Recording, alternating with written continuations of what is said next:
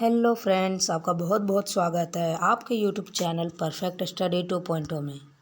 तो दोस्तों, आज हम लोग फिर जैक क्लास नाइन्थ का आज हम लोग सामाजिक विज्ञान है जो सब्जेक्ट है उसका सेकेंड टर्म एग्ज़ाम होने वाली है, जो कब होगी 28 जून को होगी। और इसका आज हम लोग वीवीआई क्वेश्चन करने वाले हैं जो बहुत इंपॉर्टेंट क्वेश्चंस है।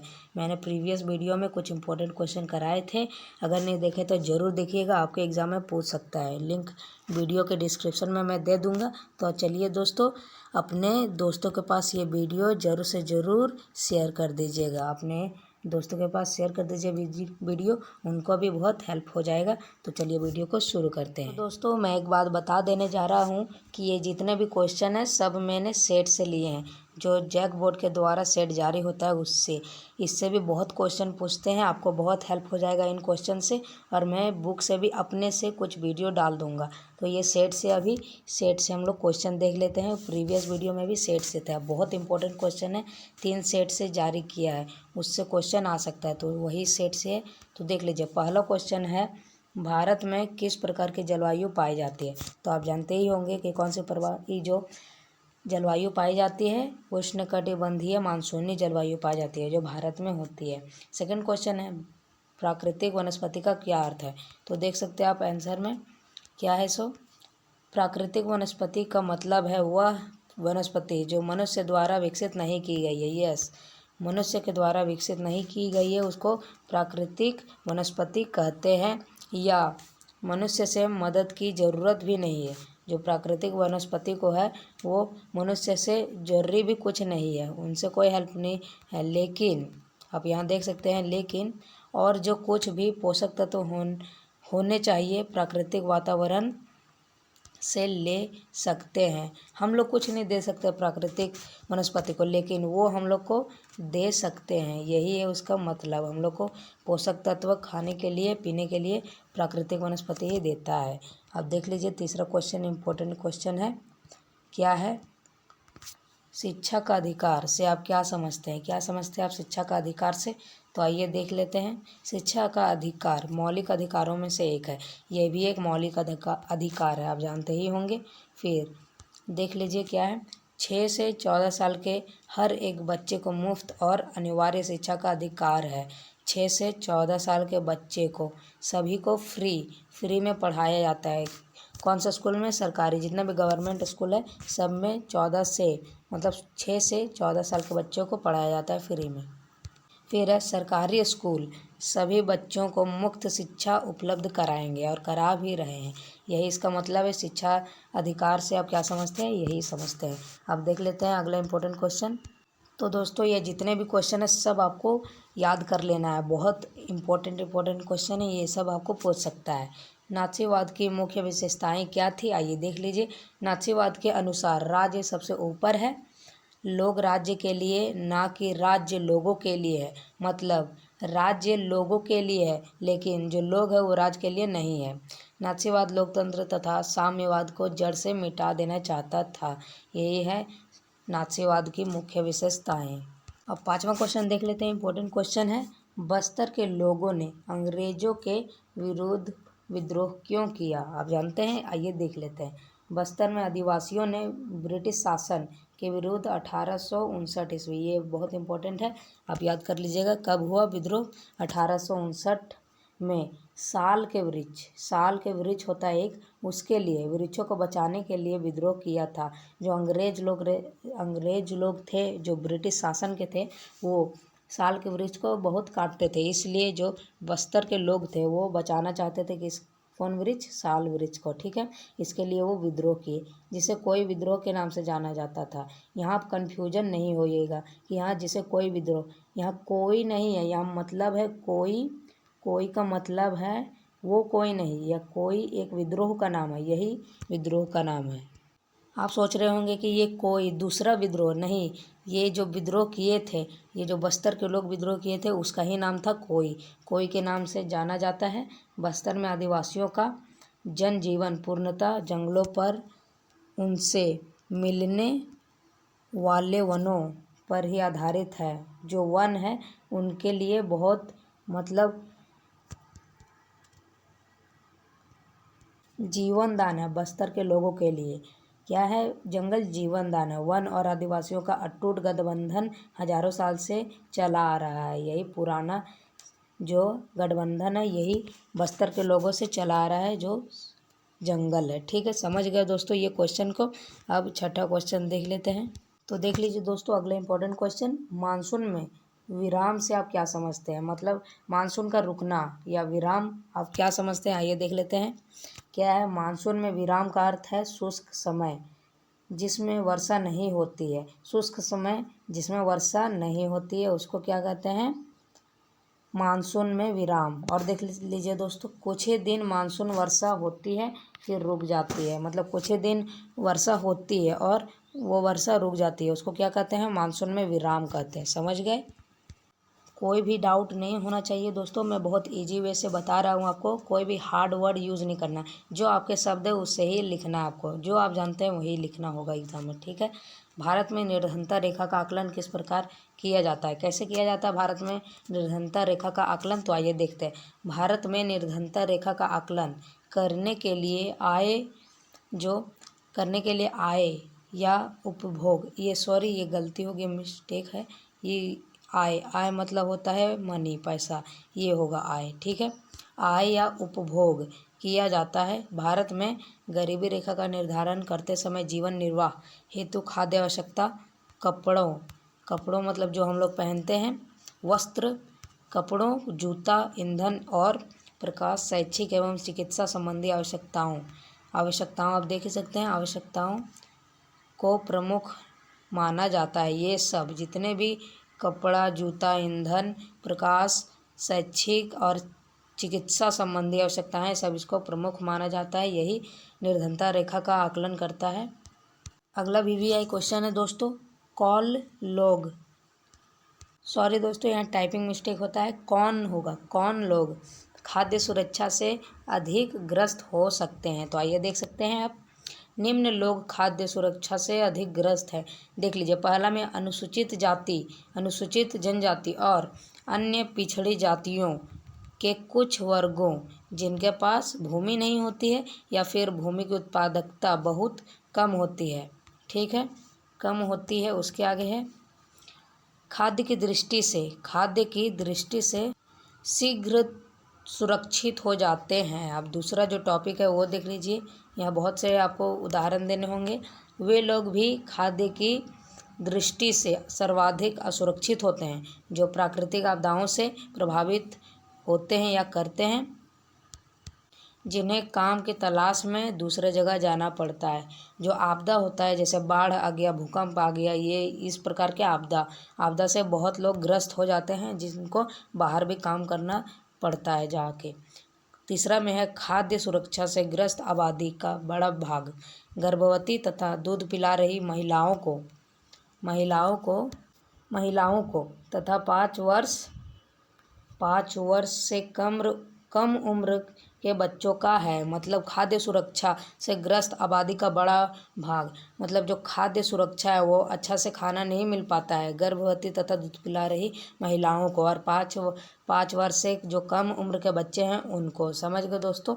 अब अगला क्वेश्चन देख लेते हैं। अगला क्वेश्चन देख लीजिए दोस्तों, नात्सी लोग यहूदियों से घृणा क्यों करते थे?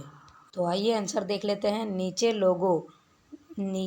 यहाँ टाइपिंग मिस्टेक हुआ है, यहाँ नात्सी होगा। ठीक है, आप जानते ही हैं नात्सी द्वारा यहूदियों को घृणा करने के निम्न कारण थे। आइए देख सकते हैं कौन कौन कारण है। नात्सी विचारधारा के अनुसार नकली श्रेष्ठ, यहाँ नकली नहीं होगा, यहाँ नस्ली होगा,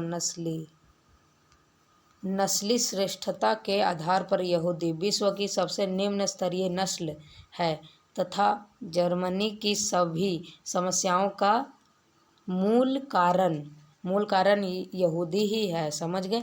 ये क्या था? नात्सी का विचारधारा था जो यहूदियों के प्रति था, जो घृणा करते थे, यही था।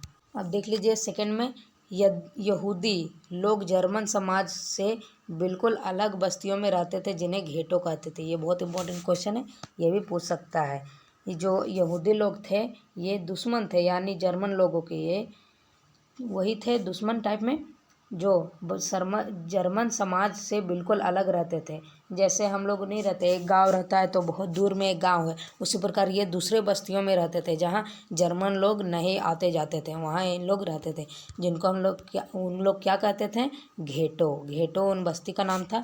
आइए अब ग में देख लेते हैं। जर्मन लोगों के अनुसार यहूदी आदतन हत्यारे और सूदखोर थे।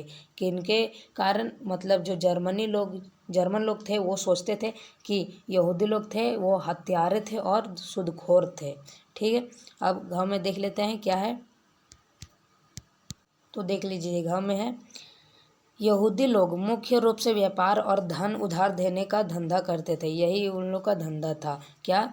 मुख्य रूप से व्यापार करते थे और धन उधार देते थे, मतलब पैसा उधार देते थे किसी व्यक्ति को, यही उनका धंधा था। तो देख लीजिए दोस्तों, अब 10वां क्वेश्चन, युद्धों से जंगल क्यों प्रभावित होते हैं? ये बहुत इंपॉर्टेंट क्वेश्चन है, मैं बोल रहा हूँ ये वीवीआई क्वेश्चन है, ये सबसे ज़्यादा इंपॉर्टेंट क्वेश्चन है। ये पूछ सकता है एग्जाम में 100%। लिख के लीजिए 100% ये एग्जाम में पूछा गया है, इसको आप अच्छे से पढ़ लीजिएगा, सभी क्वेश्चन को अच्छे से पढ़ लीजिएगा, आपका बहुत काम का है। ठीक है, इसका आंसर है युद्ध। यहाँ योद्धा टाइपिंग मिस्टेक होता है, युद्ध होगा। यहाँ युद्ध से जंगल इसलिए प्रभावित होते थे क्योंकि युद्धों की ज़रूरतों को पूरा करने के लिए लकड़ी की बहुत आवश्यकता होती थी और जिसके कारण वनों को काटा जाता था, युद्ध के कारण। समझे दोस्तों।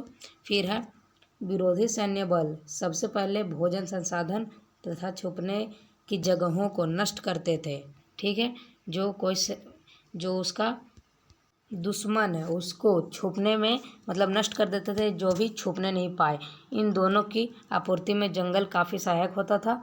जंगल पर जापानियों के कब्जे से ठीक पहले डचों ने भस्म कर भागो नीति अपनाई, जिसके तहत आरा मशीनों और सागौन के विशाल लट्ठों मतलब वही लकड़ी ढेर जला दिए गए, जिससे वह जापानियों के साथ न लग यहाँ होगा जापानियों के हाथ न लग पाए। यही होगा इसका आंसर।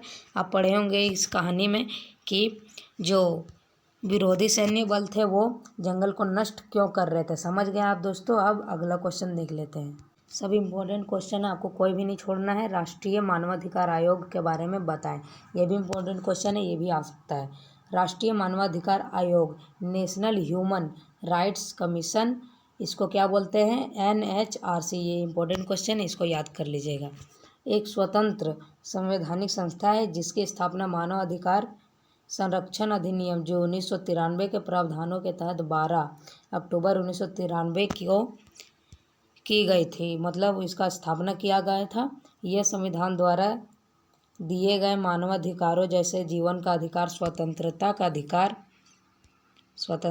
अधिकार और समानता का अधिकार आदि का रक्षा करता है, उनके प्रहरी के रूप में कार्य करता है। समझ गए दोस्तों। अब 12वां क्वेश्चन देख लेते हैं। इजी क्वेश्चन है, सब समझ लेंगे आप। शहरी क्षेत्रों की अपेक्षा ग्रामीण क्षेत्रों में कैलोरी की आवश्यकता क्यों होती है?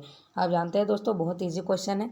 शहरी क्षेत्रों की अपेक्षा ग्रामीण क्षेत्रों में जो लोग अधिक शारीरिक कार्य करते हैं, मतलब खेती करते हैं, मजदूरी करते हैं, वो ज़्यादा मेहनती कार्य करते हैं। लेकिन जो शहरी क्षेत्रों में व्यक्ति रहते हैं सिर्फ यही काम करते हैं, ऑफिस जाते हैं आते हैं, मतलब ज़्यादा जो उनकी अपेक्षा वो काम नहीं करते, ज़्यादा अपेक्षा उनकी काम नहीं करते हैं जितना गांव के लोग करते हैं, मेहनती होते हैं गांव के लोग। इसलिए उनको क्या ज़रूरत पड़ता है? सबसे ज़्यादा कैलोरी ज़रूरत पड़ता है उनको, कैलोरी ज़रूरत पड़ता है ज़्यादा, क्योंकि आवश्यकता ज़्यादा होती है। ठीक है, आप समझ गए दोस्तों। अब अगला क्वेश्चन देख लेते हैं। अगला जो क्वेश्चन है दोस्तों वह है भारत की जलवायु को प्रभावित करने वाले कौन कौन से कारक है? तो आइए देख सकते हैं। भारत के जलवायु को प्रभावित करने वाले कारक, इंपॉर्टेंट क्वेश्चन है, सबको याद कर लीजिए, जरूर ना जरूर पूछेगा। तो क्या है दोस्तों? अक्षांश। सबसे पहले अक्षांश से प्रभावित करता है ऊंचाई एवं वायुदाब, पवन, समुद्र से दूरी और पश्चिमी विक्षोभ तथा महासागरीय धाराएं। ये सब जो वायुमंडलीय जो है वायुमंडल को उसको प्रभावित करता है। भारत के जलवायु में मौसमी परिवर्तनों के अनुसार पवनों की दिशा में बदलाव होता है। पवनें गर्मी में समुद्र से स्थल की ओर तथा सर्दी में स्थल से समुद्र की ओर चलती है। मतलब समझे दोस्तों, जो पवनें होती है वो गर्मी में समुद्र से स्थल की ओर, जो समुद्र का होता है वो स्थल की ओर बढ़ता है और जब सर्दी आ जाता है तो जो स्थल का है वो समुद्र की ओर चलती है, जो हवाएं होती है। समझ गए दोस्तों। अब अगला क्वेश्चन देख लेते हैं। ये इस वीडियो का लास्ट क्वेश्चन है दोस्तों, ये भी बहुत इंपॉर्टेंट है। मैंने सबसेट से लिया है जो काफ़ी इंपॉर्टेंट है। फिर अगला मैं भी वीडियो डालूंगा, वो भी इम्पोर्टेंट क्वेश्चन रहेगा। 3 वीडियो में आप पूरा कंप्लीट कर लेंगे सोशल साइंस का। तो देख सकते हैं आप, लोकतंत्र में चुनाव की आवश्यकता क्यों होती है, जानते हैं आप? लोकतंत्र में चुनाव की आवश्यकता निम्नलिखित कारण से होती है। आइए देख सकते हैं आप कौन कौन सा है। पहला में है, अधिकांश लोकतांत्रिक शासन व्यवस्थाओं में लोग अपने प्रतिनिधियों के माध्यम से शासन करते हैं। एकदम सही बात है, ये लोकतंत्र का एक हिस्सा है। फिर देख सकते हैं दोस्तों, बिना चुनाव के हम किसी भी लोकतंत्र की कल्पना नहीं कर सकते। बिल्कुल एकदम सही बात है। अगर हम लोग लोकतंत्र की कल्पना करेंगे तो कैसे करेंगे, जब तक चुनाव नहीं होगा। हम जो लोकतंत्र क्या होता है, जो लोगों के द्वारा प्रतिनिधि को चुना जाता है वही लोकतंत्र कहलाता है। लोगों का शासन लोकतंत्र कहलाता है। वही प्रकार है चुनाव हम लोग लोगों को चुनते हैं, तभी तो वो हम लोग के लिए करते हैं काम, शासन करते हैं। तो वही प्रकार है, ठीक है। अब तीसरा में, लोकतंत्र की बहाली के लिए चुनाव की आवश्यकता होती है। सही बात है ये भी। लोकतंत्र की जो बहाली होती है वह चुनाव के कारण ही होती है, ठीक है। अब देख लेते हैं। फिर है, चुनाव के माध्यम से हम किसी भी सरकार को बदल सकते हैं। ठीक है, एकदम बात है सही। चुनाव के माध्यम से मतलब चुनाव होगा तो उसमें कोई भी व्यक्ति दूसरे जैसे प्रतिनिधि खड़ा होते हैं वोट में, ठीक है। तो हम लोग वोट देते हैं तो हम लोग पसंद से वोट देंगे ना, क्योंकि जो अच्छा व्यक्ति है, जो काम करेगा, अच्छा व्यक्ति, ठीक है, जो हमारे लिए हेल्पफुल है, हम लोग के लिए काम करेगा, उसको ही हम लोग वोट देंगे। तो इसी प्रकार हम लोग दूसरे सरकार को भी चेंज कर सकते हैं। अब क्या में है लास्ट, चुनाव के माध्यम से हम मनपसंद प्रतिनिधि और सरकार चुन सकते हैं। अभी जो मैंने बताया वही है। तो दोस्तों आप देख ही सकते हैं, इतने क्वेश्चन थे। कैसा लगे वीडियो कमेंट में ज़रूर बताइएगा। और कोई भी डाउट हो तो कमेंट में ज़रूर पूछिएगा, मैं उसका सॉल्यूशन ज़रूर कर दूंगा। और अपने दोस्तों के पास शेयर करना ना भूलें। तो चलिए नेक्स्ट वीडियो में मिलते हैं। जय हिंद, जय भारत। Thanks for watching.